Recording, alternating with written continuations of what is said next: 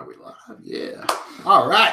TNTMTheShow presents Comicast 323 with your host, Pablo Gunner. And I'm JD. And we are Talk Nerdy to Me. We're going to talk nerdy to you about the week, the comics for the week of January 31st, 2018, and some slight news, maybe? We review comics on January 31st comics this time around. But we also talk about other nerdy things like video games, movies, shows, whatever's going on. And so, of course, because it's the beginning of the month, or the end of the month, actually. Or the end of the month for the comics, but it's now the beginning of the month that we're recording this. We have new games, right, for Xbox and PlayStation. So games with gold, we have Shadow Warrior, which is February 1st through 28th, and that's for the Xbox One. And then on PC, that game, the original one back in the 90s, fantastic.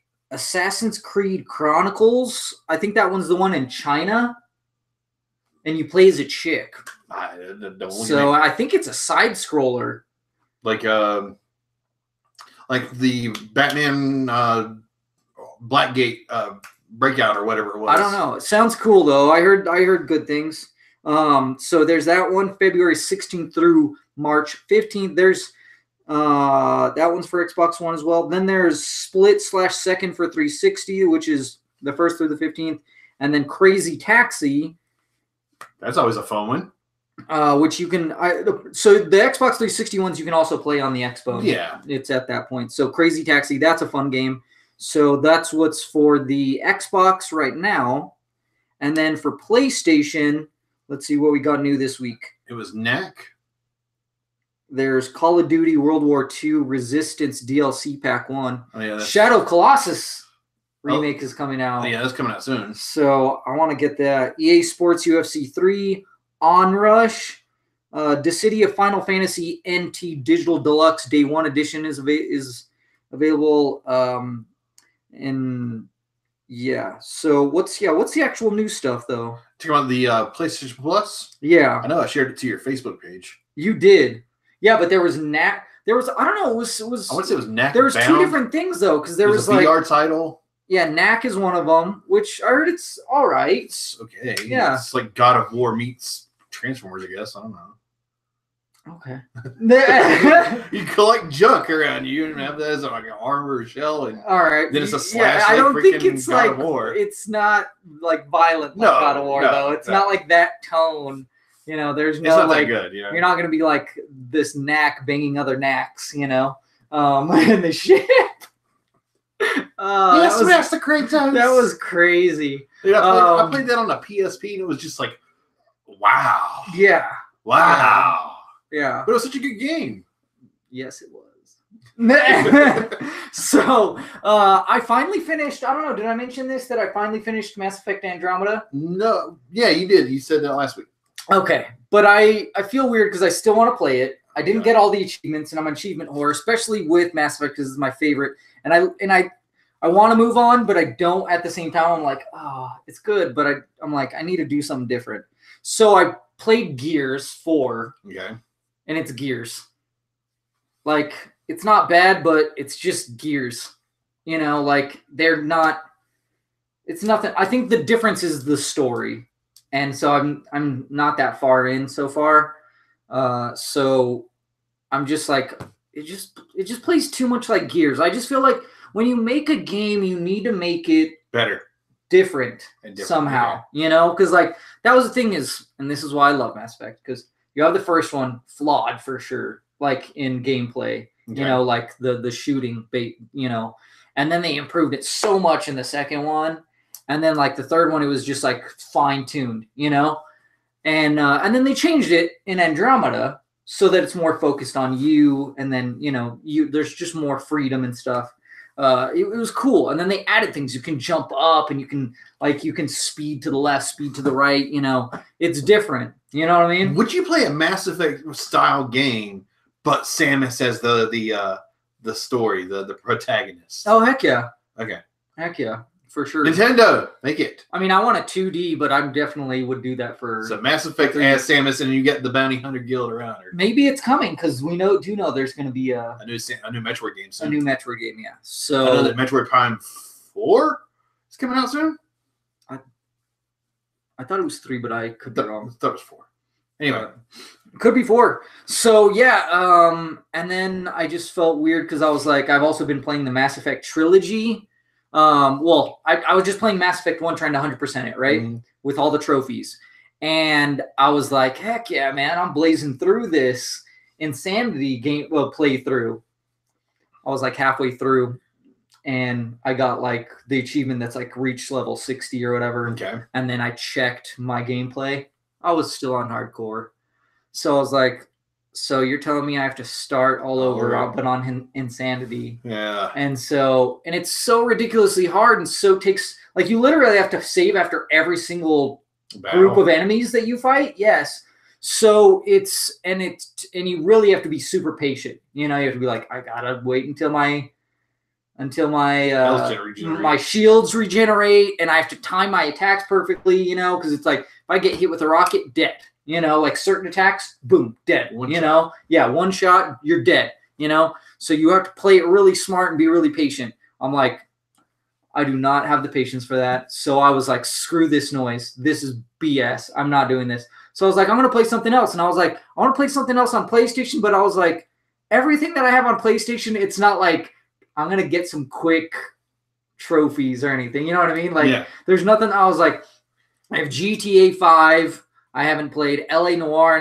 And that's the other thing is I play my PS3 and my PS3 and my Xbox 360 when I'm editing. So it needs to be a game where I can just go in and out. Yeah. Play a little bit and then put it down. Right. Where I don't have to play super close attention and you know what I mean? Like I don't have to be super enveloped into the game to be able to play it and function fine.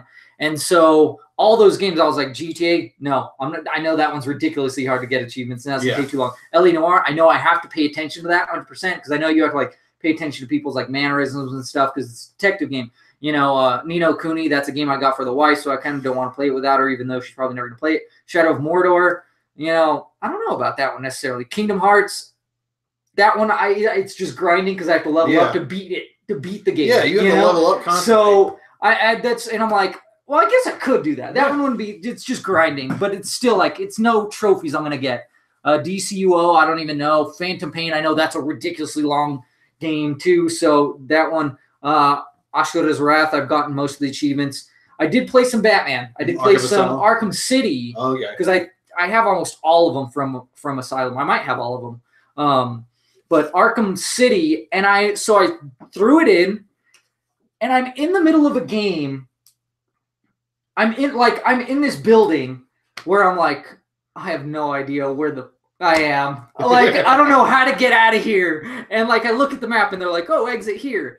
And it's so hard. Like that, I forgot that those games are truly, you really have to put your detective cap on, like truly. Yeah. Because like, okay, so you have to, the way to get out of this building, to even get into this building and to get into this path was like you had to throw the ice bombs and stand on, and then you had to use the backlog to tug. And so it's even harder to go backwards to get out of it because you're fighting the tide or whatever of the water. Okay. And then like there's these things, these like corkscrews, and it like chunks up your ice and stuff, and like you have to time your jumps perfectly. So dude, it's even harder to get out than it was to get in. And oh my god, it's just so frustrating. And then some of the riddles are ridiculously hard. Some of them are easy. Some of them are really easy, and like the take the picture ones are really hard usually. But some of them, like I said, he gives you really easy clues. Yeah. And then some of them, like you don't even know what it is. Like you have to destroy the Harley Quinn heads, and you're like, how would I know that? You know. So it's just a thing that you can break. Yeah. But anyways. So that was ridiculously hard to get out of. It was a royal pain. And I got out, and then I was like, okay, I'm going to try I have like 2 missions that I haven't completed, right? Like side quests. And I couldn't find, like, they're those ones that randomly pop up, and they weren't. I was like, I'm not just going to run around until these things randomly pop up. I don't have time for this. So I was like, I have nothing else going on, you know, like any other main story to do. So I'm like, whatever, screw this. So I was like, oh, I feel like playing some Rock Band 3. And then so I played some Rock Band 3. Nice. And then I was like, screw this. I'm going to play some. And then today I was like, I'm going to play some Walking Dead Season 2. So that one is one that was perfect to get easy achievements. Okay. And then I go, okay, well, I've been playing the Xbox. I don't really feel like messing with the Xbox. You know, I do feel like playing, though, is a lot of the PlayStation Plus games that I haven't played, like especially Life is Strange. Oh, yeah. I need to beat that one because I played the first episode, but I want to at least I know I could knock out the second. I know. Episode. I've been wanting to do that as well because I keep hearing good things about it. And the second one is like pretty cheap. Right? Yeah. So that's what I've been up to, you know, besides the comic book reading and stuff. Oh, and of course, Dragon Ball Super. Yeah. I've been watching I canceled my whatchamacallit? Crunchyroll. My Crunchyroll. So now I'm just doing the free with the commercials. And I don't know what's going on. Like, if it knows, like, I don't know. You know, with like technology, you're like, does this thing know things about me? Or like, is the universe sending me a message? Or are they sending me a message? Because these commercials, it's like, you know, the first one was in Spanish. Okay. And then the other ones were all like baby commercials. And I was like, what are you trying to say to me? You know, like learn Spanish and make a baby? Yeah. You know what I mean? Like, and like I got like 3 baby, almost the exact baby. Well, because one's for him, and then one's for a boy, one's for a girl, and then one's just whatever. And then but yeah, it's freaking awesome. I'm Goku is slowly learning Ultra Instinct. Okay, so you're definitely past 110. And the girls have lost against him. Okay. And so oh man, it's really weird because I go like, there's so much focus on Goku, and then there's a lot of focus on characters that I'm like, all right, I think we've seen enough of these characters. Like Ribrianne. Yeah, I was like, please go away. That's the problem. Like that's enough. That's enough. Like even my favorite character is Kale, but yet they overdid it to the point where I was like, I'm tired of this. Okay. Like this is overrun its course. Like should just be done with it. And finally it was, but I was like, I was already tired of it by that point. You know what I mean? Like I shouldn't be tired of it when, you know what I mean? I should be like, oh, damn it. You know, I don't want to see him go. You know what I mean? And then there's other characters like that super powered dude. Yeah, with the letters on his chest. Yeah, and I'm like that trooper, and I was like, he's so stupid. Like, I want to see Gohan. I want to see, because the way that like Gohan was fighting, I was like, oh, did he figure out instinct before Goku? I was like, I'm not gonna say nothing. And so I was like, oh my gosh, that would be so cool, because like he stays in like his normal mode or whatever, but just like powers up there. You know what I mean? Mm-hmm.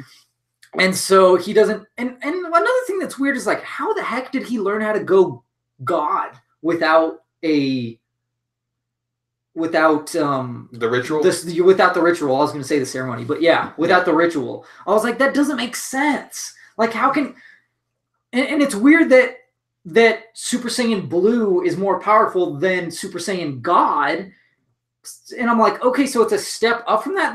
That doesn't make sense, because there's no period where they went from, oh, we mastered God, and then now we're going to master, and then the next step is Blue. That's more explained in the manga than it is in the anime. So I don't know. There's certain things they're doing that really annoy me. And then it's funny because Vegeta's like, I'm going to do this instinct thing, and then he just lets himself get his butt whooped for a little while, and he's like, okay, I'm tired of this. But I am excited to see the Namekians fight, and I kind of hope they fuse, even though they already did like a fusion. You know, their fusion is different. And then Piccolo, and yeah, I like seeing I want to see that. I want to see that fight. You know, it's going to be interesting. You've got a little ways to go. Again, 126 comes out tonight, so. Yeah, I got about 10 episodes-ish. Well, more than 12, that. probably. Yeah, about 15. So, yeah. But it's still solid. It is solid. But, yeah. So, you? I've just been trying to keep up with the same normal shows. It's okay. I mean, nothing new, nothing spectacular. Black Lightning. I watched the first 2 episodes of Black Lightning, and it's very geared towards the movement. You know what I mean? The African American community. Yeah, definitely. Yeah. It's definitely towards that. I mean, I love it because I love the culture. I love Black people. And of course the ladies. So, would you watch a Blue Beetle based on Jaime Reyes? Was it Jaime Reyes? Yes, hell yeah, dude! Like that's why I love the Blue Beetle, because the culture. He's a fellow Latino, yeah. And then his buddy is native, right? So that's always cool. So yeah, I love that, man. I love that. So new idea, show pitch for CW, Berlanti, whatever. I think so. Blue Beetle. Jaime Reyes. For sure, especially for because he's younger. We filmed it right here in New Mexico. For younger, to hit a younger crowd. Yeah, instead of doing it all up in Vancouver, have it down here too. I mean, come on now. So, but yeah, it's I like it. I like it. There is some issues with it though, and their issues is you jump straight into it, and there's no explanation on his powers, where, how. Well, that's the discovery of the season, I imagine. And so, and I'm like, you got to explain these things before you just jump into it. I don't know. I'm like, I don't know who the hell Black Lightning is. And I don't know who he is either. They just jump straight into his life too. You know what I mean? And in the early 80s, he jumped into the Super Friends, or was that Black Vulcan? I don't know. But he jumped into the Super Friends as a blaxploitation type thing where they were being ethnically diverse in cartoons. I don't know what your age group would be, but they had the native thing with Brave Star. You had all the Planeteers and the Planet were different ethnic thing to broaden that. I mean, it was really big in the 80s and 90s to ethnically be diversive in cartoons. Sounds good to me. Yeah. So, but yeah, pretty good stuff.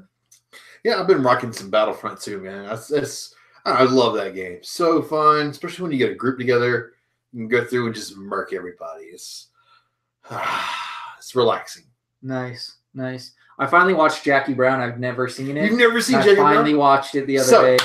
AK-47, when you absolutely positively got to kill every mother in the room, except no substitutes. Love that line. It's love that line. It's weird. I don't know. I kind of feel like De Niro was wasted in that role though. Yes. He's just like a punk idiot, sort of. But anyways, I thought there was. Oh yeah, I saw Wonder Woman as well. And you know what's really messed up too that I noticed this time around is that her aunt dying. It gets me in the feels, dude. More than the So Princess Buttercup than anything, Yeah. Princess Buttercup from the Princess Bride. Yeah. Okay. And but anyway, she didn't have to die because Wonder Woman probably could have gotten shot and survived. Probably. And so but I mean, which they didn't know that at the time. Yeah. Nobody knew how powerful she was. But still, that was not that that's a flaw or anything. I'm just saying that's something I noticed. So yeah, I think that's it, right? Yeah. Yeah. So comics, we review comics. We have a grade scale, right? Buy, skim, pass. Variations on buy and skim with a strong buy and a weak buy. A strong skim and a weak skim, which again we really don't use the skim that often. We don't. I mean, and then of course pass. We're we'll throw it across the room. You'll see it. We review the best of the best here. We do it from time to time. You'll see us just throw trash. Chuck it, yeah. So we were gonna do it in the comic book room, but it's super windy out. Yeah. And it's horrible in there. You can hear it's hitting that window pretty bad. But anyways, and then we have terms, right? We have the back and bag of the week. Yep, the B-Bow. And we got contenders for that position and a runner-up for that position which we announce usually at the end. I mean, unless we know throughout, but usually there was a lot of good stuff this week. So it's mostly annuals, DC annuals, well, a few DC annuals, and Marvel regulars. And then just Marvel, just tons of Marvel stuff. Mostly Marvel. So that's what we're gonna do. We're gonna knock out these DC books. Cool. So let's get to it. We normally have a timer, you know. We do have a timer. 1 minute if one of us is reviewing, 2 minutes if two of us are reviewing, you know. So we can keep on track. We need a wrap it up box. You know? Wrap it up box. Wrap it up box? Yeah. You ever watch the Chappelle Show? Chappelle Show. It's been a while. Yeah. It's been a long time. They had this little box that said wrap it up and you hit it, you know, so that the Oscars is like, okay, wrap it up, wrap it up, wrap it up, you know, okay. Them in long-winded speeches. Right on, right on. So we're gonna start with The Flash annual #1. It's $4.99 digital comic, Flash War Prelude, with Joshua Williamson as the writer. It's on the last page. Howard Porter as the and Christian Duce is the art. Hi-Fi does the colors, and Carlos M. Emanuel and Travis Lanham did the letters. Sorry, it's literally on the last page. Right on.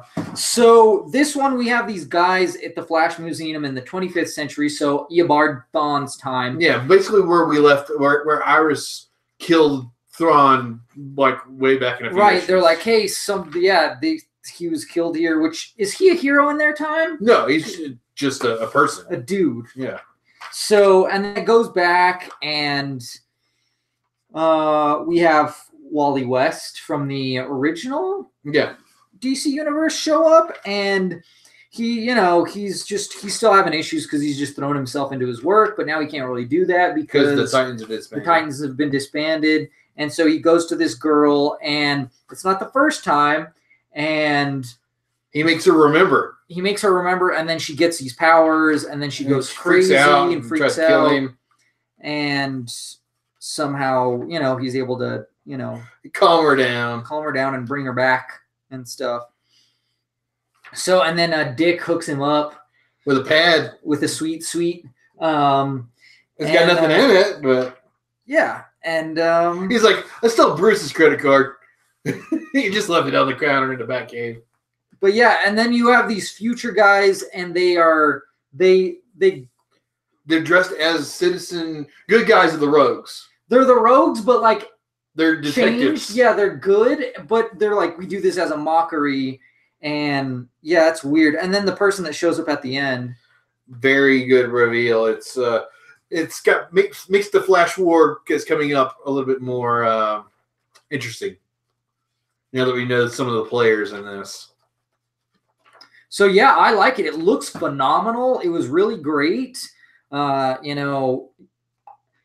I think you're going to totally want to get this as a prelude. Oh yeah. Like, you don't have to because it's an annual, but we'll see. But I think it'll play a big enough part, and you'll definitely want to. You'll definitely want to grab this. Yeah, I think it was a great book. It did a lot of good exposition, a lot of character building. It is like 35 pages of actual comic. Yeah. So I mean, it's really long. Totally worth it. Oh yeah. Totally worth the extra $1 or $2. So I give it a strong minded contender. Yeah, me too, for sure. Here's a digital code: DC for Detective Comics 317, P for Pain, H for Hell, V for Vein, X for X-Ray, D for Detective, C for Comics, D for Detective, and H for Hell. Next up, we have Detective Comics. I think it's annual #1 as well, or yes. And it is James Tynion IV and Eddie Barrow's writers. I guess it looks like it. Okay. Yeah. Well, it says they feature because it's set up as movie credits. The way it's credited. Eber Ferreira did the inks. Adriano Lucas. Yeah, it's colorist, and Sal Cipriano is the letterer. Man, this was so good. So basically, we're just getting the origin of Clayface. I mean, that's the cut and dry of it. It's old timey, like that old timey vintage old movie feel. Style, Yeah, and his dad's like, Attack of the 50-Foot Woman style, There's this clay that I use, Basil Carlo's dad is an actor. He's like, hey, there's stuff I use. It helps me change my face, and then he puts it like a big smile, like the Joker. Yeah. It's pretty creepy though. Yeah. So he just explains that to him, but he tells him something about like people don't want to see the monster in you. Yeah. They just want to see the good all the time, and that's it. And so then flash forward to 20 years later. Basil Carlo. Yes, and he's starting to get big. Yeah. And so he's like, I want to do this role, you know, and he's like, to show people that you can show them the monster. And then his face gets messed up from a wreck, right? Car wreck. Yeah. And so he uses his dad's makeup to fix his face, though. Yep. And it's this stuff that they don't make anymore because it has bad chemicals in it. And so he tries to go to Gotham City to find these chemicals. And, of course, Batman... He's like, nah, don't do it. Yeah. Don't do it. Batman's stopping him. And, yeah, he starts acting like a crazy a-hole. Gets doused in the chemical, a lot of the chemical. Yes. And henceforth... becomes Clayface. Yeah. And, yeah, wow. I mean... It also ties into that girl, too, though. Yeah. From the victim syndicate. That was her... It was like his girlfriend or whatever. Best friend or whatever. Yeah, in the business and stuff, and helped him with a lot of stuff. I mean, granted, this is... All right. Remember what Batman the Animated Series did with the Heart of Ice? It won freaking like an Oscar or Emmy or something like that because it's so good. The Mr. Freeze origin. Yeah. This is like that. This reminded me so much of that good, classic Batman origin. So I enjoyed the hell out of this. Oh, for Strong sure. by contender. For sure, without a doubt, it is phenomenal. I love the old timing, stuff, and the setting of it for the it's dark and it's messed up. It's great Batman. It looks perfect. It was bright when it needed to be, dark when it needed. Like the colors scheme was just top notch. Yeah, the tone of it, it was just perfect. Normally annuals suck, but man, these ones are knocking it out. I know they're just brilliant. These ones are knocking it out. So, all right. So what was your grade? Strong by. Contender. All right, cool. Here's the digital code: DC for Detective Comics 917. Q is in Quinn. 23. K is in Kite Man.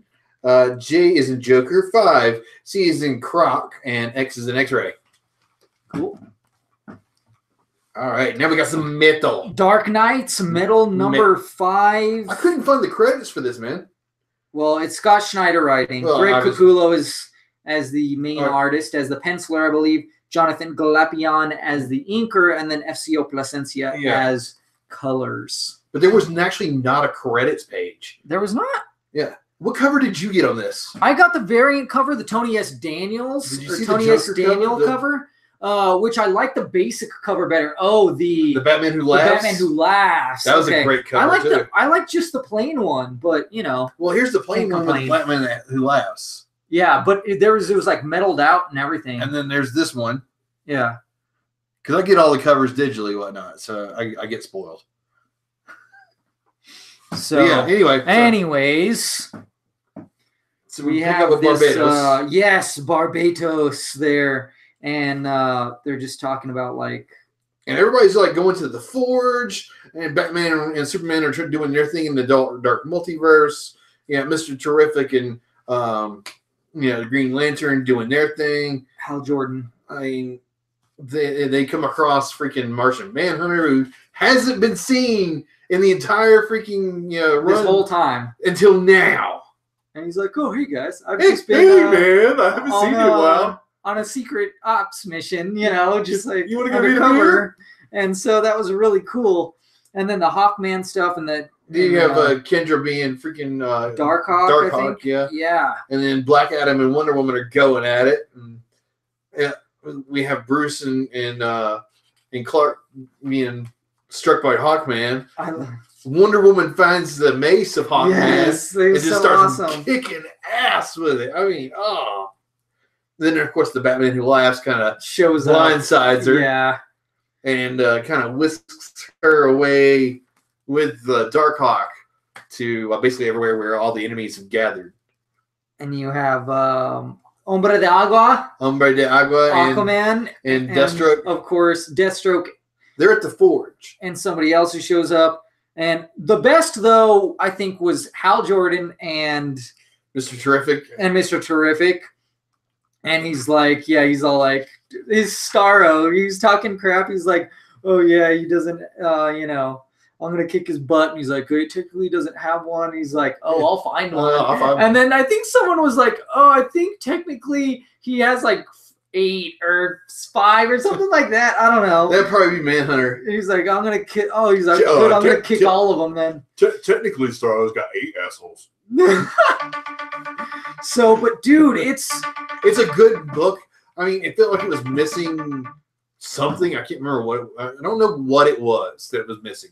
Whether it was an actual cohesive plot, but we showed a little bit here and there, and it's just building and building to this epic. It's building a lot. The Wonder Woman with the lasso punch. That was great. And then there's just so many great apparent. Like they're pulling out the big guns, literally and figuratively. Yeah, because now we got Martian Manhunter, who's Superman. It's freaking awesome. Yeah, it's epic. I just think that because it's so spaced out, it's kind of hard to keep track of it. This would be definitely better with trade. You know what I mean? Yeah, I think it's going to be better in trade. It's not bad in issues. No, it's definitely not bad. It's going to be better in trade. It's going to be great to read as a whole. You know, I'm going to give this a strong buy, but not a contender because I don't know. This issue didn't sit too well with me. It is a little all over the place, but I feel like it's well managed. Story. I wanted that in the last issue, but I feel like we're moving more in this one. I felt like this one finally moved some more. So, it's always getting crazy. I love how Capullo loves to do homages to Dark Knight Returns. Oh, yeah. He loves to do it, and I love it when he does it because there it is! It's such a great image. But yeah. And then I see someone doing the horns. So yeah, that's always cool to spot out too. If you can see someone doing the metal horns, it's metal. I love it. It's totally metal. I want the shirt. I want the tour shirt. That's it's metal and it has the tour dates on the back or whatever. And it's wicked. I know Matt has one. Okay. From Age. So I'm gonna give Strong by Contender. Okay. I just gave it a Strong by no contender. All right, you don't need to throw it in everybody's face. Yeah. So you got some Punisher. Next, I have Punisher, the Platoon, #5. It is Garth Ennis writing, Goran Parlov as the artist, Jordi Belair as colorist. And so this one is about, they sent these guys out and, a different group while they were on leave or whatever. Not on leave, but they were on, or doing their thing. And so they sent these guys out, but they got killed, so they're there to retrieve their bodies. So it's a retrieval of the recon squad. Yes.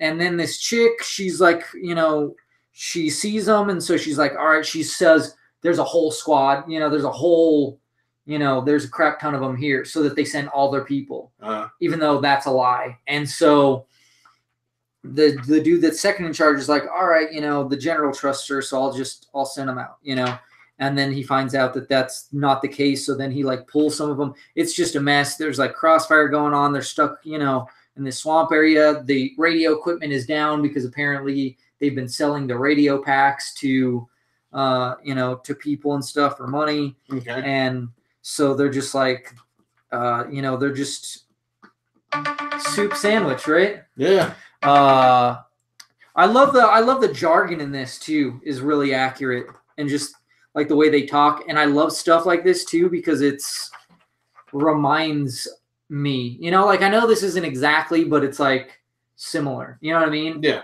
And it's good to watch stuff, I think, or to get, not just watch, but be exposed to ideas from past wars. Yeah, from military.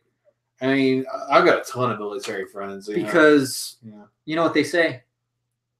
You can't learn from the past. You didn't repeat it. You'll repeat it. Exactly. Yeah. And so that's why I feel like I feel like you should be an English major, honestly, to be president, or just know your stuff, because it's very important, I mean, just history in general, but yeah, so phenomenal book. It is brilliant. I love it. Strong buy. Contender. Nice. Dark, gritty. All right, next up we have Phoenix Resurrection #5 of 5.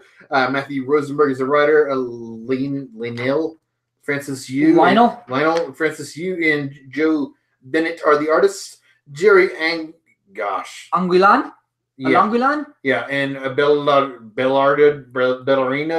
Barbo, whatever. He's the anchor as well. And Rochelle Rosenberg is the colorist, and Travis Lanham is the letterer. Sorry about butchering these names. Yeah. So, it's all good. Anyway. So Logan has been sent into this diner where Jean Grey is. Yeah, with Annie, of course. And, yeah, Annie. He's like, screw this bitch. He slices her throat, and she's like, oh my God, what are you doing? He's like, man, that's Annie. It's not real. It's not real. Yeah. All these people are all dead. And she gets up, and she's like, because it's actually the Phoenix. Yeah, it's actually the Phoenix Force. And that's speaking to her. And then, like, she becomes this dark Phoenix that I don't think we've ever seen before. I've never seen that costume before. And it looks wicked. And so it's essentially fighting for the control of soul of the original Jean Grey, not young Jean Grey. And so, yeah, it's like there's rain coming down, and she has a talk with it. And they even resurrect Cyclops. And it's like, what the hell is this? She kills him. Yeah, she straight up sucks the life out of him. And then is like, you can't manipulate me anymore. Like, I'm done with it. Like, go away. Do whatever you want. Yeah. And as this thing goes, she changes costumes a lot. This Phoenix itself kind of shrinks down into like where it can fit in her hand and stuff. And you see her go through the Dark Phoenix costume, the White Room costume, the old X Factor costume, the Astonishing X-Men costume, and then of course Marvel Girl as well. And that's where we end up as Marvel Girl taking off her mask. And again, it's so poetic. This was a good conclusion. It's beautifully drawn. It looks great, and it's well done. But I just feel like you could have skipped it. I could have just skipped it and just jumped straight into the red. Well, you could have picked up red. You could have picked up where we pick up here in a little bit, which we'll pick up here in a little bit. Yes, we will. Because this is not the end of this story. Although this is the end of this story. Yes. So it's strong buy for me, not a contender, but a strong buy. I like this issue. This issue was beautiful. And it was really a lot of exposition that we as an audience and comic readers have been waiting for Jean to say, hey, Phoenix. I mean, really? Like, you can just do that? In an issue. You could just tell in a 35-page a god entity to just piss off, and that's all it takes. That's what happened. But it was great. Okay. Yeah. I give it a strong buy, like I said. What do you give it? It looks great, and like I said, it's not bad because it's done well. Like, it's great dialogue, and it's interesting. 5 issues! But it's 5 issues of stuff that you can do in a 3-page recap? Yeah, you could have been done in one. It could easily, like, you could just do this issue. Yeah. Like, if you didn't get any of them, I would say this is probably the most worth one. Just start with this. You don't have to know anything that happened before at all. You don't. There's nothing. Read the recap, and then just boom, you're good to go. Strong buy, not a contender. Yep. Here's a digital code. I'll give away the digital code because I liked it. So anyway, 5 Aziz and Z 0 3 5 6 3. L is in Logan. G is in Gamora. 2. It's either H or B is in Beast. I can't really tell. It's tough to see. And 9 for 9. The Schneider. Strong by not a contender. So we got to separate it. Oh, you said it wasn't a contender? Yeah, okay. It's not a contender. I thought because you loved it so much that you would give it a contender. No, there's better. But at least you understand. So, next is The Defenders, number 9. Or just Defenders. Writer, Ryan Michael Bendis is the writer. I said that twice. Artist is David Marquez, the artist. Color artist is Justin Ponsor, the color artist. letter Corey Petit, the letter Corey Petit. Petit. Petit. So we have this. Okay, I love this. Did you read this one? No. All right, now I have to change it. You son of a. All right, so we have this thing, and Bendis. I'm done with Bendis, man. David Marquez, traitor. David Marquez actually put Bendis into this book, and he's like, "Oh, a 17-year-old running gag is not easy to, or 17-year running gag is not easy to pull off." And I'm like, "Your career, or Misty Knight and Jessica Jones having a." Having beef. Having coffee? Yeah, having beef. No, I wish. And so does Luke Cage, I'm sure. Yeah. But anyways, yeah, so she's like, hey, I need to talk to Punisher because there's, this drug going around. And so because there's this thing, it happens, she has a talk with Punisher. Punisher's like, tell me where this person is and, where Diamondback is. So they group up, but they've called in like all these other defenders too. But Diamondback has called in like Titania and like all these other people as well, some of the Wrecking Crew and stuff, and so it's this crazy awesome fight. But dude, like Luke Cage is not holding back. Like he just picks up this like portable, like, the storage things or whatever or something like that. And he just slams so shipping container Diamondback, like, and he's like, dude, he's not holding back. It is so freaking awesome. But he's like juicing, so it's and then Elektra shows up, Black Cat shows up, like, dude, it's just freaking awesome. It's all kinds of craziness. It's all kinds of awesome, dude. It is just epic and great, and it says to be concluded. So yeah. So this may be the last B&B book for this. Yeah, unfortunate. Traitor. This is probably the best Defenders book there's ever been. Probably the best run. But yeah. And the Defenders. Yeah, and this stupid code is being stupid. So what'd you grade it? Oh, dude, come on. It's strong by contender. What do you think? You know it. Strong by contender. Like it was epic, dude. Yeah. It was epic. It was epic. I think it's because it's the second to last, and then the next one's gonna be kind of like tying loose ends, I think, type stuff. It's like, we did everything. Everybody goes their separate ways, and then we'll have like 4 new comics. Yeah. Which I just hope we have a new run as opposed to just new comics, With this team. Yeah. Yeah, I hope this team continues instead of like, oh, hey, let's just do. Well, we're going to have like Heroes for Hire, doing part of it. And then, maybe the Defenders will be like Misty Knight and that group, Yeah, for sure. So here's a digital code. F for Familia, Z for Zorro, M for Marcos, E for Eleuterio, 6, I for Ignacio, Y for Yucca, C for Carlos, P for Pablito, Q for Quintana, S for Senor, G for Guillermo. Next up, we have Jean Grey, number 11. This is Psych Wars. This is written by Dennis Hopeless, Victor Ibanez, and Alberto Albuquerque are the artists. J. David Ramos is the colorist. Travis Lanham is the letterer. And again, this is a Phoenix tie-in. This is what I was telling you about earlier. Yes, this is a Phoenix tie-in. Now, I did not expect this. I thought 10 was the last issue. And so we have young Jean Grey, and she's in the Phoenix. Hell. She's in the White Room. She's in Hell. She's in Limbo, like it seems at first. And you have, what's her name? Ileana. Show up, Ileana.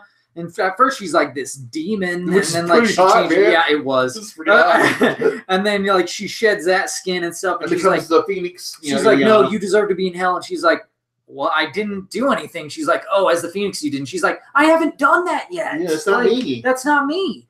And she's like, then they send her to caveman times. Then you see the Phoenix of the caveman times. Yep. And so they have a fight. They have a fight. Then it goes to Days of Future Past, I think. With Rachel. Is it Days of Future Past or is it Apocalypse? No, it's Days of Future Past. And yeah, you have Rachel Grey, and they duke it out. Is a bloodhound at that point. Okay, so they duke it out. Then it goes to this other thing where it's this Shi'ar, where this guy had like this Phoenix sword. Yep. And then like she's slowly like tapping into it. Oh man, I love the past stuff. I love her outfit.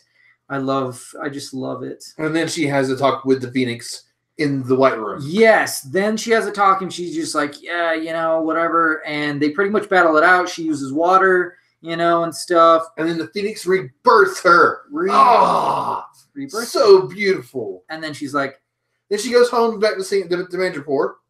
And to her team, and she's like, hey, there's somebody waiting for you. Nah, shut up. I'm going to go sleep. Hey, there's somebody. Nah, shut up. Leave me the hell alone. I'm going to sleep. And then she lies down on her bed, collapses in exhaustion, and we see the results of the Phoenix resurrection. The original Jean Grey. Yeah. So now I know how that they may be able to go back to their own time because now they have this young Jean Grey, for X-Men Blue. But I still don't. Once again, I like this one better than classic than the Resurrection #5. Yeah, I'll agree with that. This is way better. I like the character. Yep, because she's different. The writing is better, and that conversation in the White Room, that whole ordeal was more meaningful in this than it was in Phoenix Resurrection #5. This one issue is better than that whole miniseries. I'll agree with that. I'll even agree with that. And then you could skip that entire miniseries, jump into this issue right here, and go, "Oh, Jean Grey's back! Yeah. Cool!" Right? You could also skip that last issue and just go to this one. Yeah. So, then you find out, just like this Jean Grey does, that old Jean Grey is still alive. I think I would have been a lot happier if I would have not read any of that and then just read this and then been like, oh my God, hey, look, there she is. Mm-hmm. And then like now she can go back to her time and she can do her own team. Yeah. So I like this book, Strong by Contender. I really like it a lot. I mean, I was very impressed by it. Great storytelling. The art was very colorful. It popped. So it did tell a more meaningful story than Phoenix Resurrection did. I love it. So, Strong by Contender. I'm going to hold on to this code. That's how much I like it. So, The Amazing Spider-Man, Renew Your Vows, #15. Jody Hauser is the writer. Artist Nick Roche. Ruth Redmond, colorist. Letter VC's cook, Joe Caramagna. Yep. And I love that intro credits page because it's like a middle school movie. Like, what is it? What's those middle school movies? Elementary school movies. Diary of a Wimpy Kid? Yeah, that's it. It reminds me of that. Anyway, sorry. I had that. That's all good. So they have they were on Coney captured. Island. They were on Coney Island, as of course, Lizard's like, hey, I need some help, man.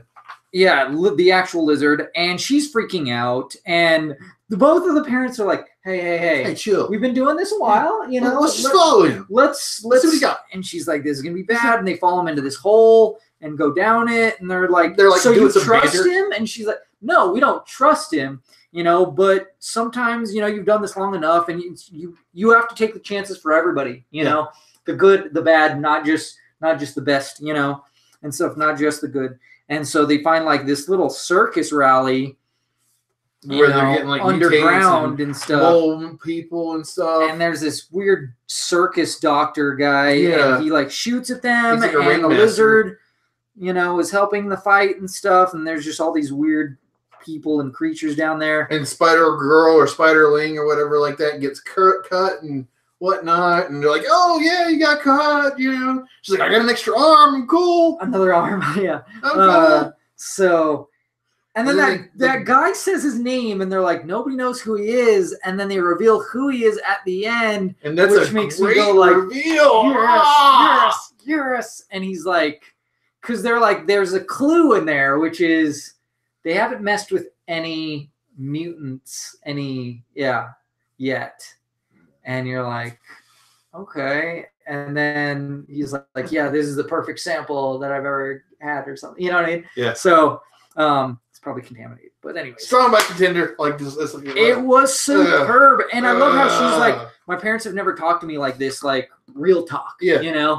Not that just, not small talk and banter. Little kid talk. This is actual, hey, meaningful. You're an adult. Right. They're ready for her. So she does still need to come up with a new name though. Because what's her name? Spider-Bite? Spiderling. Spiderling. In this issue. So yeah, it's great. It's a lot of fun. I like it a lot. So I give it a strong buy. I also give it a contender. Nice. Here's digital code. 7, V for Vegeta. Vulture. 4, Q for Quinn. 3, 5, K for Craven. Yes. 7, U for Ultron. Y for Yellow Jacket. That works. M for Milton. K Mysterio. for Craven. Mysterio. That works. You don't know your Spider-Man stuff, man. I didn't say I was going for Spider-Man stuff, but that's it for now. Because we're gonna do commercial break for Age of Comics. Age of Comics with the Danger Room. Yes, with the Danger Room, they have that awesome Sentinel up in it, up in the place, and then they have a pinball machine too. They have a Spider-Man pinball machine. Dude, what they need is the Spider-Man the video game, man. Have you ever played that? It's a 4-player beat 'em up where you're Spider-Man, Hawkeye, Black Cat, and who's Namor. Namor's the 4th one. No way. Yeah, it's so fun. So fun. I need to get it. I need to have it. You can't find it on any console. You have to emulate it. What? Yep. There's no console edition ever available. Really? Damn. Yep. So, but yeah, they are located at 3700 Osuna Road Northeast, Suite 513 in Albuquerque, New Mexico, 87109. You can call them for any inquiries at 505-884-1776. You can also, of course, message them on their Facebook. They're active. Their Instagram and stuff. Yeah, they post videos. About every Tuesday? Every Tuesday of their new stuff. What they're getting in Wednesday. Comics, or putting out Wednesday. Whatever. You could also go to their website, ageofcomics.store. And then their hours are usually open from 11 a.m. to 6 p.m. And they're super hardcore about their comics, man. Yeah. They will press and clean your comics for you and then send them out to get graded and all that stuff. And they do, they'll do before and after pictures. I think they have that on Instagram. And they'll show, and it looks good, man. They look freaking nice. So, yeah, definitely. If I still had my Fatal Attraction series, which I'm trying to build that back up, I would get all 7 of those comics pressed, graded, and clean, man. Oh, those are freaking awesome comics when you have all the holograms together. For sure. So, yeah, they got tons of Funko Pops, all kinds of statues and figurines. They have a wicked Gladiator Hulk. Yeah. They have an awesome Phoenix. Ridiculous stuff like Weapon X. They have Weapon X. They got Wolverine. the classic figures too. Yeah, it's freaking awesome. Like the 90s run where Marvel got off on their taxes because the X-Men were mutants, so they weren't humans. Oh yeah. So they got a tax break on it. Nice. Right? You never heard about that? They proved that in court that mutants were not humans. Yeah. So they got a tax break on the figurines because there's a tax on any human figures. Whoa, really? Yeah. No way. Yes. In real life, in not real like in life, the comics. Yeah, they're like, you guys don't consider us human? Fine. We get all the tax breaks. Right. Check yes if you're a mutant. Yeah. You get an extra tax bracket. That's freaking awesome, dude. But yeah, that's really how they did it in the 90s. And then I talked to Matt about Star Wars: The Last Jedi. So he's I think he's like a lot of us, which is you're conflicted. See, well, there's good about it, there's bad about it. What most people are really pissed about is that they set up stuff in Act 1. And they didn't do jack with it in Act 2. And they could have. And they could have. That's the basic of storytelling. If you put a gun on the wall in Act 1, in Act 2, you're going to use that gun. That's the way things are.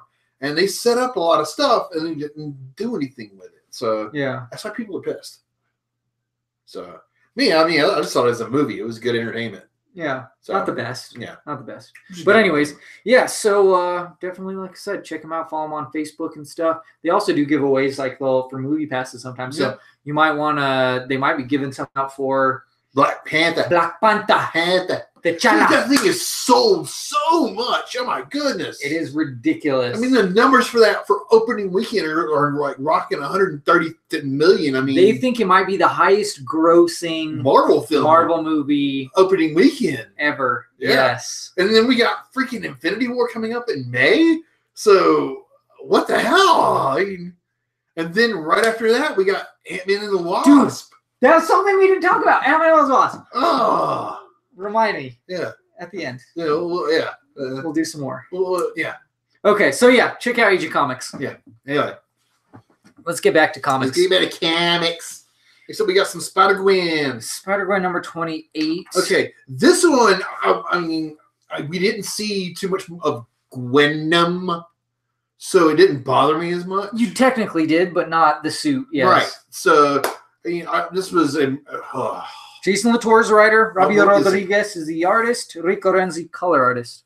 Yeah, you guys are here about this. So go on. We got Gwenom talking to the Mary Janes. The Mary Janes and to the Parkers, right? I don't know. I didn't see May and it looks like the Parkers as well. Yeah. And just telling her the truth, telling them the truth. The story. Hey, yeah. I'm no longer for now. I'm disavowing all of you so that they don't essentially to protect them. Yeah. To be like, I'm just, Gwenom now, or Venom, or whatever. Spider-Woman? Who the hell? So, and then you get the backstory and then we get the entire backstory of Matt Murdock. Murdock as the Kingpin. His mom died. And she's the one that... From the chemicals, but she's the one that gave him, that made him blind, because he could see before and blinded him, but also at the same time gave him these powers. Stick does recruit him, but Stick is killed and by the Hand, and then the hand recruits him. But the Hand elevates him, but they're still afraid of him because he has powers and he can do things that they could never do. And so, and he's like, and then this happened. His whole rise to power, him taking out Kingpin, becoming the Kingpin, all of it, and they all go, okay, and it's him like kind of making this confession of this dude right before he kills him, takes him out. Yeah. And then I think she's calling Punisher, and it's gonna. Yeah. So we're gonna have Gwen teaming up with Frank Castle. Yes. Because he's not Captain Frank Castle anymore. Yeah. And he looks like he's got an Iron Man gauntlet on. He has had that during this entire time, I think, or most of the time. I just felt like it should be Punishered out, Yeah. But anyways, yeah. So it looks cool. Yeah. I enjoyed this issue a lot because, again, I didn't have to look at the freaking costume and it looked like crap. I enjoyed it too, but I still had some of that bad taste in my mouth. You know what I mean? So you had some of that crap in your eyes. Yeah. So symbiote in your eye. But the Murdoch stuff was brilliantly written for this universe. I mean, this is what universe 95, 65, something like that. I think it's 65. I don't know, but this is brilliantly done. So different from what we have with Matt Murdock, but taking elements from that and changing them around to where you can empathize with the character. I mean, he lost his mom right in front of him, and she made him blind. But she made him blind. Yeah. So so he had a relationship there and lost that relationship at a traumatic time when he gained abilities. And then you have battling Jack Murdock, pretty much dying the same way. Yeah. More or less. And then you have Stick getting him, training him, Stick dying, and it's like more trauma on top of that. And then you have him working with the Hand, which is more trauma on top of that. And he's getting his revenge, I guess, or I don't know. This was very well written. Very well written. So strong by contender for me. Yeah. Yeah. I cannot give this issue praise enough. It's a strong buy. It's a contender. For sure. Looks phenomenal. What's the code for it? The code. I don't know. You tell me, Spider Guy. Let's see if I can do this. Yeah, S for Spider-Man, 6. U for Umbrella, 6. Z for Zebra Man. C for Chameleon. R for Rhino. E for Electro. C for Chameleon. 5 V for Vulture. and E for Electro. There we go. Yeah. And next up, we got all new Wolverine number 30. Yes. This is written by Tom Taylor. One. I think it's Juan N. Cabal. Or one in? One in? I think the N is supposed to be its own thing. One in? It's, like one N, in? like N dot, it's for another name. I don't know, but hey, is one in Cabal. If we're not saying your name right, how about you tweet us at TNTMTheShow? I don't think he has a Twitter. And let us know what the hell's going on with your name. Because it's one in, or one in, or one in. One of the three. And Nolan Woodard is the colorist, right? Yeah, and Corey Petit. It's the letter. So it's time to get serious, okay? We have the so anyway, all new Wolverine wakes up everybody. Everybody was dead last issue. She pulls the mirror muscle bullet out of him, wakes him up. Let's cut to the chase. Revived him, yeah. And they're now in there, and they're like, "Hey, what happened?" I don't know how she's able to maintain control of this crew, though, and go like, hey, they killed you, but we brought you back, so it's all good. No killing, though. And then they don't kill. They're not killing. And, like, they mess him up, but they don't kill him. And I'm like, this is Sabretooth. This is Lady Deathstrike. This is... They're not listening to Old Man Logan. This kid? Like, Old Man Logan I can understand, but, like, Sabretooth, Lady Deathstrike, come on. I did love the Captain America. That guy. Yeah, it was awesome. And like, and then she puts the armor back on. They waste all their bullets on there, and she's like, "Hey, we lost Crack too. We're orphans of X." And she just slowly starts trusting them and stuff. And then she takes her armor off piece by piece while she's giving this speech. And like, this guy shoots her even, like shoots her in the shoulder. And he's the son of the person that created her. And he saved her. I mean, she saved him. Yeah. And then she points that out, and she's like, so everyone's kind of like, oh, that's messed up. She saved you. And then she's like, I am an orphan of X. And then her, Wolverine, Old Man Logan, Dakin, and Honey Badger. Honey Badger. Honey Badger's great. Yeah. The three, they are still wearing the Orphans of X mask and stuff. And they prove that, they have a funeral for Laura's mother because they still had the body and stuff. And that's kind of where it ends. So it ends this arc. So I enjoyed this Orphans of X arc. I mean, it was very roller coastery, yes, because it had good points and bad points. Yes, good points and bad points. This exposition here kind of wrapped up everything in a nice little bow, and I mean, the writing was very well done. It launches off for a next thing. Well, it ends really this arc completely. That way you can launch into a next arc real easily. Because this launches it. Because it's like, she's like, oh, all the people that did you guys wrong, that hired people to kill us to kill your relatives or whatever. Yeah. We're going to go after them. We're going to go after them. We're going to take them out. Like, we're not going to kill them. We're going to throw them in jail. Bring them to justice. Justice. So then we got a team of 4 Wolverines. We got Old Man Logan, we got Dakin, we got all new Wolverine, and we have Honey Badger. That's the team we have at this point in time. Right? Yeah.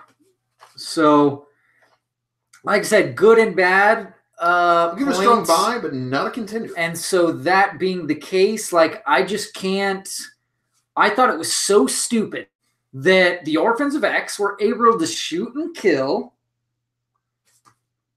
Old Man Logan, Creed, and Lady Deathstrike. Like, because they captured him and then shot him in the head. It wasn't like... And Dakin, of course. And Dakin. It's not... Okay, see, because I could totally understand how you could get the hit on all those characters thinking like, oh, I'm just going to heal from it, Like, in a fight, you know what I mean? Like, boom, boom. It's in a gunfight, and they're like, oh, we're facing these Orphans of X, whatever. But that's not the way they did it. The way that they did it in those previous issues was they captured them, put their guns to their heads, boom, shot them. You know what I mean?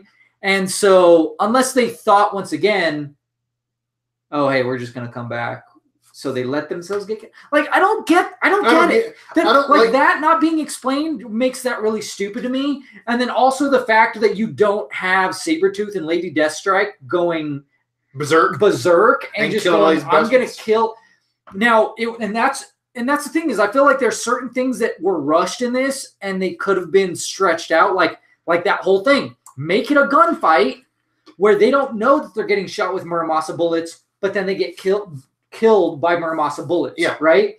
Then they figure out a way they can just bring them back. That little talk, how much better would this have been if half of those people got killed because Lady Deathstrike and Sabretooth was like, F your stupid orders, and just killed like half of them, but then she had to fight them off to stop it. And then that whole thing with like pulling off the armor, I just thought that was dumb. Yeah. Like I thought that was so I don't like that armor. She was getting shot with Muramasa bullets, and it's like they could kill you, even though, yes, there's a way to heal you or bring you back. Yeah, cut the tissue around it. Right, cut the tissue around it. Like, to me, it just seems really dumb. And, like, way too easy, too. You know, like, because I thought, like, boom, kills the healing factor. Dead. In their whole body. Yeah. You know? Like, dead. And which didn't make sense, which doesn't really make sense, how Dakin had a Muramasa blade in him. Yeah. Or coated claw. I don't know. But, yeah. So, and even that far to go like, oh, and now I'm going to help you, and I'm an orphan of X now, and I just go like... I can see your point. I don't agree with it. Like, it's a cool... I like the idea of going like, you guys were wronged, and now I'm going to right those wrongs. But just the way she went about it, it just felt odd. I don't like the armor. The armor sucks. But still, that monologue just... But the shield. That shield was dope. That was dope. In that moment. So, once again, I give it a strong buy. Okay. Because I just can't be okay with, like you said, there's certain elements I like a lot that are really, really good and top notch, and it looks great the whole way through. And then there's some where I'm just like, this is cheesy. This is dumb. Like, this is jumping the shark, man. And this is like, why is she doing this? Like, it's just she's doing stupid. I don't know. There's certain things that are just certain elements that are just dumb. That's all. Okay. So, and I don't even know if I want to continue because of that constant like up and down. Like, oh hey, this is cool. This isn't. Oh, this is awesome. This, you know what I mean? Like, I want something that's consistent. That's why I'm debating on whether I should get this next arc because I'm not a big Deadpool fan. Deadpoolio. I mean, I'm not a big Deadpool fan, so I don't know. I really don't know if I'm going to get the next arc or not. So here's the digital. What did you get it? I give it a strong buy. That's it. Okay. Strong buy. Here's the digital code. F for Familia, Z for Zorro, M for Marcos, Y for Yucca, K for Kilo, 1, C for Carlos, C for Carlos, A for Alamos, B for Barrio, E for Iluterio, V for Villanueva. All right. Next up, you got some Old Man Logan. Old Man Logan number 34. Writer Ed Brisson. Iram Robertson is the artist. Carlos Lopez is the color artist.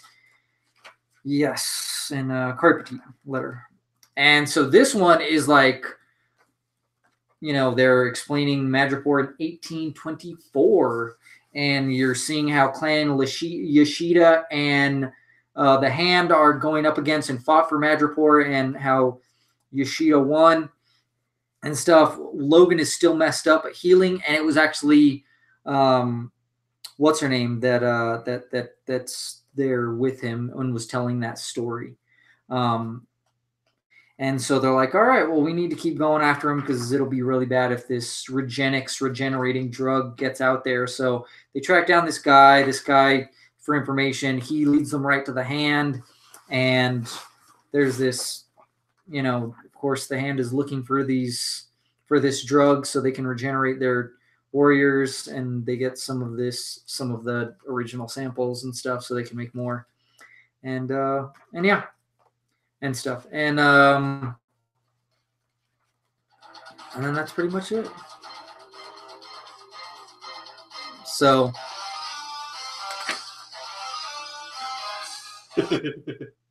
There's your timer.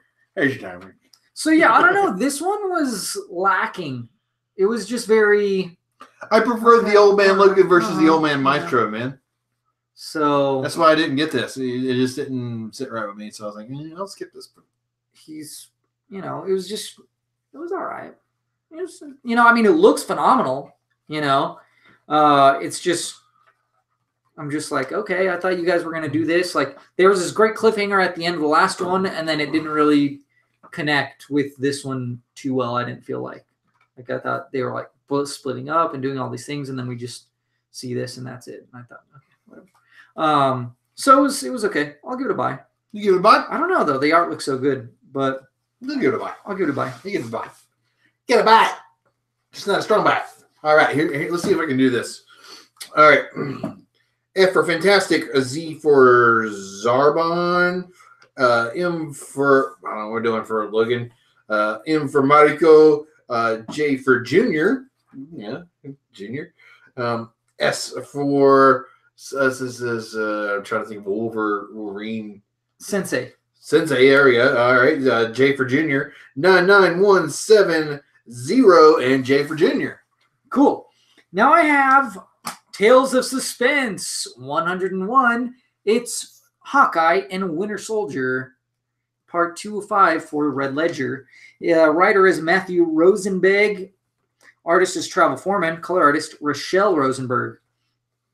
And so, yeah, they just got blown up out of this explosion. This one is from Winter Soldier's POV. The previous one was, or the narration was Hawkeye. This one is Winter Soldier. He's explaining how you survive a explosion, all these things, or and stuff. And then it's funny. They're like, they have these horrible sandwiches or whatever. And he's like, I bet you I can hit this guy in the tank, And he's like, oh, why you act like this, And then you see Winter Soldier. Like, I think Hawkeye, I don't know if Hawkeye misses, but then you see Winter Soldier and he throws his and pegs the dude. Hits him with the sandwich that tastes bad. What the hell? The sandwich. Oh, he sandwich him in the head. He's like, that's going to be like the worst thing ever. Not to Hawkeye, but to like that tank. No, I mean, the tank guy's got to be the worst thing. Okay, he gets pelted with a sandwich, and then on top of that, it tastes bad. That's going to piss you off. Then they meet this girl, and Hawkeye's like, Winter Soldier's like, let me do the talking. But is Hawkeye going to do that? No. And so, and he's like, oh, hey, remember you? You're a Boom Boom, right? And she's like, no, I'm this person. And so, but she was from X-Force, from that group and stuff. So, and she's like, well, here's this little clue, or here's a hint. Go to this person, but I didn't give it to you. Then her vehicle gets kaboom and ends up in this river. They try to save her. They're like, oh, there's no body. I think it was faked. And they're like, oh, they found a body. And, but Hawkeye, like, he just does stupid stuff and it screws them up. It's Clint. What the hell and you then expect? Clint is like, we got to help these people. He's like, it's not my fault. I'm trying to catch this person, that looks like Natalia. And so they do find this Natalia, but it's not the Black Widow they thought it was. So it's crazy and it's awesome and it's great and I love it, dude. Like, these two teaming up because it's like they say, dark and brooding. Just asshole. Just asshole. Idiot or clown. I don't know. See, but Clint as Hawkeye is a straight asshole. I mean, he's a complete jerk. Everybody hates him, but he's so useful. But Clint as Ronin is really totally opposite. I mean, really serious, really brooding. So that's when he goes, he's like, he puts on the mask, he shuts the hell up and starts killing everybody. And he just nunchuck size or throwing stars. But anyway, I love this. This is phenomenal. You want to save that code? Yeah, I do. I do want to save this. Strong by Contender. Next up, we got some Moon Knight. Yes, we do. The insanity of Moon Knight. Number 191. This is written by Max Bemis. Jason Burrows is the penciler. Guillermo Ortega is the inker. And Matt Lopes is the colorist. With Corey Petit as the letter right. Did you check this one out? Yes, it did. Good for you. It was great. Yeah, it was. So we left off with the house burning. Yeah, the kid that we found out was Mark Spector's kid or Gary's kid or Steve's kid or one of them. Yeah. Yeah. So now it's an all-out brawl, father-son sort of. This lady and this crazy dude, and the little girl tells the, just get out, and he throws on the mask and stuff. He's just constantly like changing between personalities, of course. And then the little girl's like, "Hey, I want to be shy, but you're ruining my swings." So good. Oh man, little kid just says, "Hey, stop fighting in my backyard! You're messing up my toys." Hey, come on, this is brilliant. I love that. I love the way she just talks. Yeah, so like Mark and just everyone. Hey, you look like Uncle. What's his name? Uncle Gary. Are you Uncle Gary? Well, I'm Uncle Gary's brother. Oh, that makes you my daddy. That's kind of how that exchange goes. Yeah. Then this other guy they get him out of prison and stuff. Oh, I like the exchange where they're in the hotel room. Hey, Daddy, you like Katy Perry? No, but do you like Dazzler? Yeah, and he throws on Dazzler. I was like, yeah. He throws on Dazzler. Yeah, that's great. So yeah, they're getting back this crew and stuff, and the truth. Oh man, I just love the different things that they cover in this. Yeah, it's really nuts. You don't know what's real, what's not real. You don't know, and just going into his head, past memories. Alternate perspectives. Yes. I mean, this is totally what personality, is that person I don't know. And this thing is just really bonkers. I mean, this is definitely good in trade, but I'm loving it as issues. Yeah. Oh yeah, for sure. So Strong By Contender for me. Strong By and Contender as well. Contender. Where's the digital code for this? Here it is. Yeah. Here's the digital code. F for Familia, Z for Zorro, M for Marcos, R for Rigoberto, D for Diego, F for Familia, W for Huerita, 1, I for Ignacio, 8, E for Eleuterio, H for Hector. Yep. Next up, we have some Invincible Iron Man. Yes, we do. It's 596. Brian Michael Bendis is the writer, artist Stefano Caselli and Alex Maleev, color artist Marta Gracia and Alex Maleev, Clayton Coles. So Stark Industry goes up to Riri and she's like, "I get there, you crap, man. It's not your tech. It's not your tech. We're taking all your stuff because it's Stark Tech." She's like, "But I built this crap." She's like, "Oh man, screw it." She's like, "You know what? Fine, have it, because I'm not going to destroy my mom's house in the neighborhood. I'm not going to fight everybody just for this stuff." And then her mom's like, "You have backup for all this stuff, and you can just remake all this, right?" She's like, "Yeah, yeah." So, and then we switch up for the Doom with Doom, the Hood. and he's getting attacked by the Hood and stuff, and it looks pretty bad for him, but he does have this other ability up his sleeve, and it's great because you're like, oh, he's going to use it to do that, and then you're like, oh, he's not doing that. What the heck? Would you kind of lose track of it because of what's going on, and then you see what he was actually making him do, and you're like, oh. The best part though, when he was like, "Oh, there's the real Doom."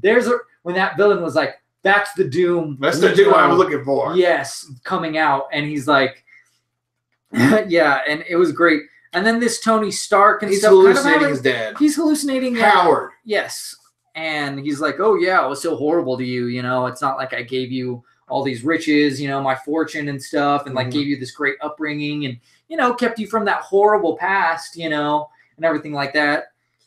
And then we have, Tony's mom, his biological mom, Mary Jane, Friday, and then AI Tony all coming towards the rescue. Looking for him. And they find the empty suit of armor, whatnot. And Riri gets a nice little visitor from a fellow hero of color. Let's just leave it at that. Yeah. Because that's really unexpected. I did not expect that person to show up. I was going to say Man of the Night, but, Yeah, that's a good, but that's a good analogy. But yeah, I love this. Was great. I mean, this was good plot progression. This made characters, decisions logical. Like you could understand why Riri was like, I'll give this up. I'll give it all up because I can make it again. I don't want to restore my hood. Cool. That's why I love Riri. Yeah. Because what she did in Latveria, that was the beginning to me that showed me like how she's better than Tony Stark in many ways, and like just a better person, and stuff. And then same thing, like, oh, you're taking my stuff? Cool, whatever. Bye. Okay, fine. I'll just remake it. Yeah. And I'm not gonna wreck. Yeah. So and then we see the cunning of Doom. Yeah, that Doom stuff, and I love the way it looks. Oh man, you're 100% right that this is the perfect. Like, this is what they should have been doing the whole time instead of having separate Iron Man books, like Infamous Iron Man, and it should have just been Iron Man, or Iron Men, or just whatever. The Invincible Iron Man, right? And so, and that to have these two, with this young girl, and then perspectives, and then especially it would have made sense. It would have made more sense too when they combined and then they met, in that same book instead of doing it the way that they did it. But yeah, strong by contender. I love the hell out of this. Absolutely. Okay. I'll read it. Because I'm just going to give it away. I mean, it doesn't matter to me. So S for Sinister, 9, B for Barry, V for Victor, 8, N for Nitro, R for Rhodey, 1, V for Victor, C for Crimson, M for Man, and 4. Cool. Now I begrudgingly that's why I didn't pick up this crap. Have Avengers No Surrender 678 No Surrender Part 4.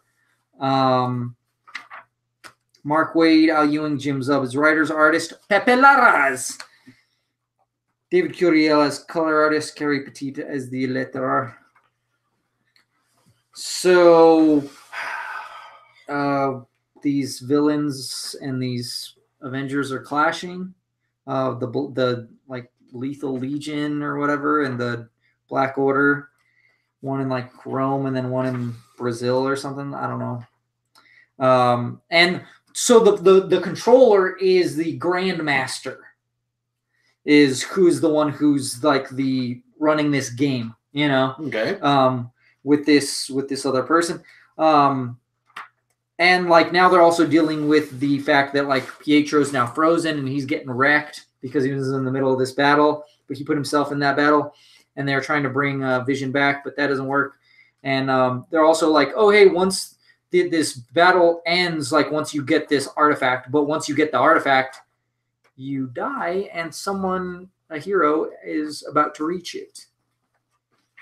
So it's just a cluster. It's a cluster F-bomb is what it is. And this is what happened, because this is coming out every week, and I filled this out through Twin Suns, and it had 4 issues for the month. That's why I got 4 of these, because I would have stopped probably after the first one or second one at the most. Even though I wanted to stop after the first, I got 4 because it was all in 1 month. Mm-hmm. So they tricked me. Let's see how well this title does after the first month, because if there's anybody like me... Are you not going to give it away? All right. You don't deserve that shit, okay? I don't want to subject anybody to it. It looks great, but I'm not subjecting anybody to that. If somebody still wants it, honestly, if someone still wants it, shoot me up on Twitter. Shoot me a Twitter or Facebook message, whatever. I'll give it to you if you're a want it. Is it masochist or sadomasochist? When you like to cause pain to yourself, right? It's awful. Like it's just a cluster. I hate it. It's stupid. I can't stand it. It's awful. So it looks great. I'm not going to deny it looks great, and that there's even some like elements of tinges of goodness, but no, this should not be happening in mainstream comics. This is Marvel, for God's sake. This is not, and maybe it'll be good in trade because you read right through. But God, isn't it coming out every week just like it is in trade? You don't have to wait but a week. You only have to wait a week. Yeah. So I mean, it's not gonna be even good in trade. No. So it's a pass. It's a pass at this point. Okay, I think we got a bite. It's a pass at this point.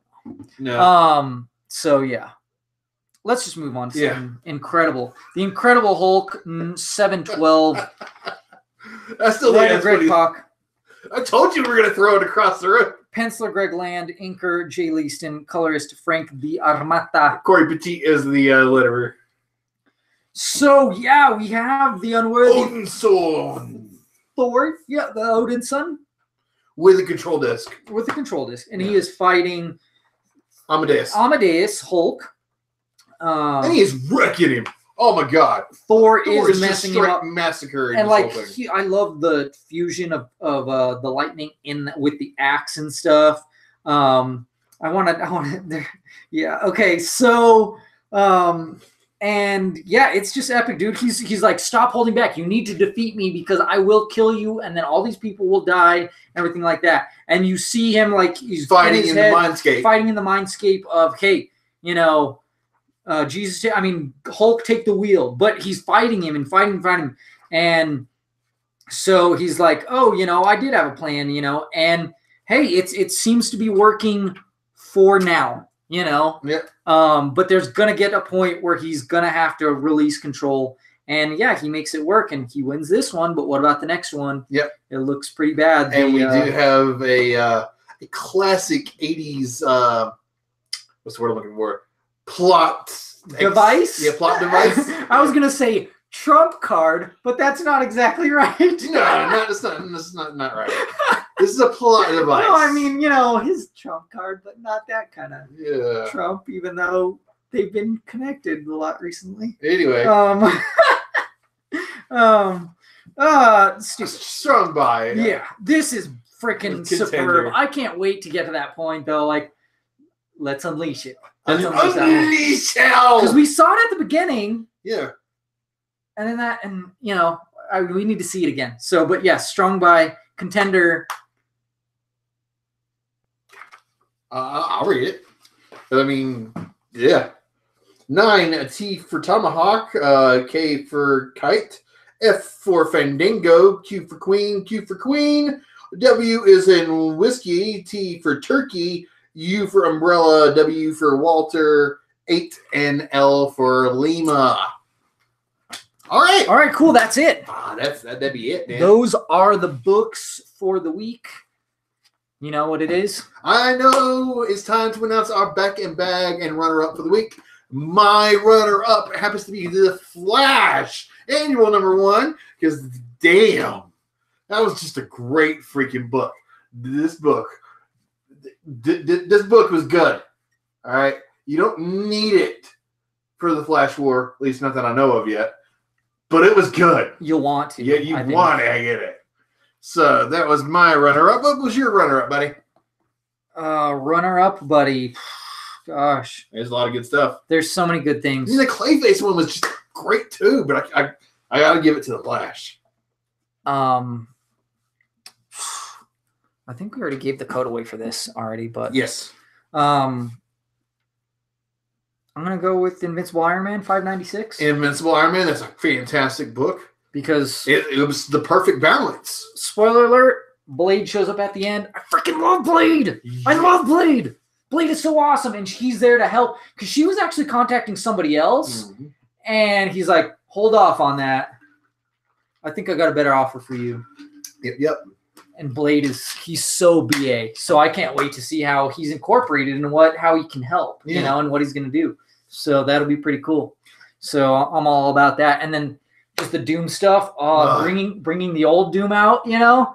Oh, yes. Like, because he kills that dude. Yep. He straight up kills that dude. Like, I mean, he uses his black magic to force somebody else to do it, but it was still him through his powers. Yep. So it was hardcore. Yep. It was good. And that's what I like to see. Not that Iron Man doesn't kill, and that's something, you know. It's like Batman. That's something that's Batman kills all the time. Well, don't let him trick you. You know, that's something that's really weird to me. Is this no kill idea that really irritates me in all new Wolverine? Yeah. But that's why it's all new Wolverine and it's not Wolverine because Logan would be like Logan would be like bastard. all of them dead. They ain't got to come back and haunt us if they're dead. Yeah. Not going to be a problem later down the road if they're dead. Okay. So. All right. Anyway, my back and bag of the week. Jean Grey number 11. Oh, yes. Jean Grey number 11 was a fantastic book. I loved it. Art was great. That meaningful conversation in the White Room was, whew. Loved it. Loved it, loved it, loved it, loved it. And there's the code in there somewhere. Yes, there is. There we go. Same here. My B-Bow is Jean Grey number 11. Ah. I wish I would have just not read any of that stuff. This is so good. My favorite is I just love the fashion, the old school fashion. And then this pretends to be Xavier and this. And once again, this was better and this made more sense than Phoenix Resurrection. Yes. You know? So, yeah. Top notch. All right.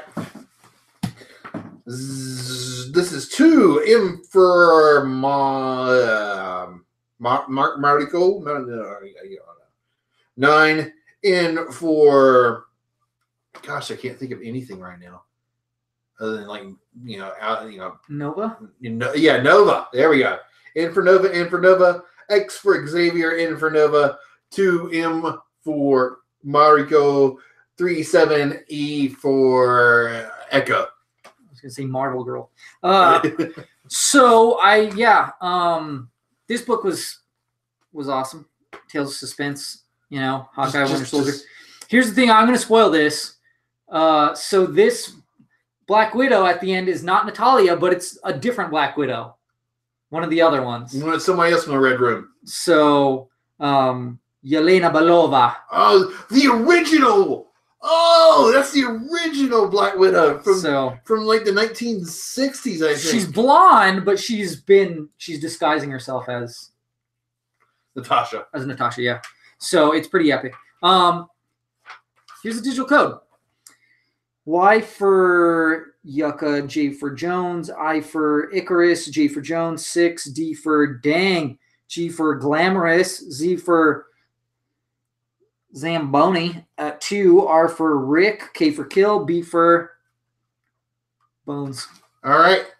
That's it for the week. What were we going to talk about that we mentioned? Ant-Man and the Wasp! Okay, Ant-Man and the Wasp came out, the trailer for that, and oh my god, I love it. It's so great. How do you think the character design and gender swap for Ghost? Gender swap? Oh, yeah, it's a chick now. Oh, it's a chick. Oh, yeah. Okay, that's fine. What do you think about that? Fine. All right. What do you think about that little Billy with a suitcase handle? So that was so great. That was dope. The wheels and Hank Pym. I love Hank Pym, dude. Hank is brilliant. And I love him as Hank Pym. You gave her lasers. You gave her wings and blasters. Yeah. Did you not have that? He's like, did you not have that stuff? No, I had it. No, I had it. He's like, I'm not gonna trust a con with that crap. He's like, oh, you didn't have that stuff? No, I did. And then I was like, dude, it's just the Pez dispenser, the Hello Kitty, the Hot Wheels car. Oh, dude, it's just Michael Pena's character going around in a Hot Wheels car. I love that they're keeping the humor, but you know it's gonna be dark on the other side, like the villain side. Oh, Lawrence Fishburne is Goliath. Yes, Bill Foster. Yes. Oh my gosh. So we're stealing him from DC as Perry White. He's gonna be Bill Foster. Yeah. Because some people want to be part of a more successful franchise. But anyways, it's I'm jacked for it, dude. Some people actually want to do action sequences in their movies. I thought this was gonna be a small movie, and I'm like, I'm pretty. This is gonna be giant. Yeah, this is gonna be huge. It's gonna get big, and it's gonna get micro too. Yeah, and that's in the trailer. We didn't see Michelle Pfeiffer at all. Well, I think that's kind of gonna be the back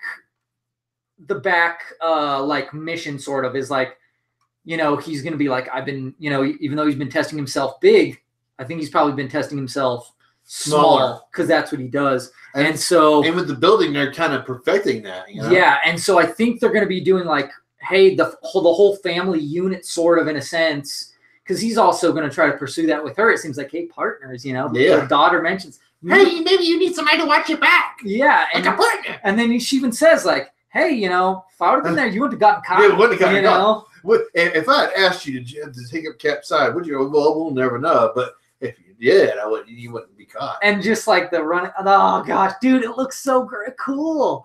Oh man, I like it a lot. Hell, man. He could have not got caught easily. He could have not got caught because they took him down as Giant Man, right? Yeah. All they had to do was shrink down and walk the hell away. You needed some orange slices. You need those amino acids for your muscles. He was too worn out. But again, we find out what happened to him in that Infinity War prelude that I mentioned last week. So that he went from the raft back to his family. And Captain America got him all out. Yeah, he got him out, but he still went from the raft back to his family. Right. Yeah. And then we see him on house arrest and stuff. So that's pretty cool. So I wonder if that thing keeps you from shrinking and stuff. So no way. Come on. Yeah, we'll see. Maybe. I don't think so, but we'll see. Yeah, it looks freaking awesome. I'm pretty. And that comes out in July, I think. Does it that quick? Oh yeah. Oh man. All of our Marvel movies are. I thought it was like later in the year. All of our Marvel movies are early this year. So. Because Aquaman's got the end of the year, and that's it. Oh okay. Yeah, that's it. Yeah, we'll see if he washes out or not. Yeah. I don't know. I'm actually pretty. We'll probably see a trailer for Aquaman probably in San Diego. Yeah. And then you said Deadpool around... Deadpool 2 will be within the next 2 weeks or so. Okay. And we'll see a solo trailer around the same time, too. All right, cool. We'll probably get a teaser probably tomorrow during the Super Bowl. I wouldn't doubt it. All right, right on. Yeah. Right on. Sounds good. All right. So check all of our stuff out at TNTMTheShow. That's our website, Facebook, Instagram, Tumblr. Twitter. YouTube, especially check out the YouTube because the next few weeks there's a lot of stuff coming out and I'm posting a lot of stuff from Santa Fe Comic-Con too. But that, like I said, 2 videos I've already posted and now they're going to be spaced out if I work on any more. I'll probably be busy, for the next few weeks. So I don't know how much time I'll have, but I'll do my best. So, but still keep out for the content because it's rolling out. The VR Junkie stuff. And then, like I said, cons and the Gamer Zone. Stuff with Tone his Hearthstone Tavern Brawls. Yep. And then whatever else we can whip up. Yeah, if you want to play online with me on Star Wars Battlefront 2, because I am just religiously on that about every night. PSN tag Whip187. And again, I'm pretty religious about it. I play it about every night for a good few hours. So, yep. And please be sure to join Mr. Senior Pablo, next week for the Comicast. I will not be joining since I have El Kiddos. And if I do my comic reviews, I'll do them audio-wise and show them to them early so we can release both at the same time, maybe. Cool. Right on. So, yeah, sounds good. Yeah. And I should be doing a 3 a.m. reviews and maybe some more Japanese snacks with Tone Bone. Snack time! So that'll be cool. And then we should be also doing a Nerdy After Dark soon because Slade G and I have a Silverstein concert to go to on Tuesday. Nice. So... Oh, probably after that or before that or something, I'll probably try to do. I got a good friend of mine that will never miss a Silverstein show. I mean, she's hardcore original, die hard about Silverstein. Right on. So, hell, if you run into her, you probably interview and hey, how'd you like the show? That kind of thing, Cool. Sounds good. Yeah.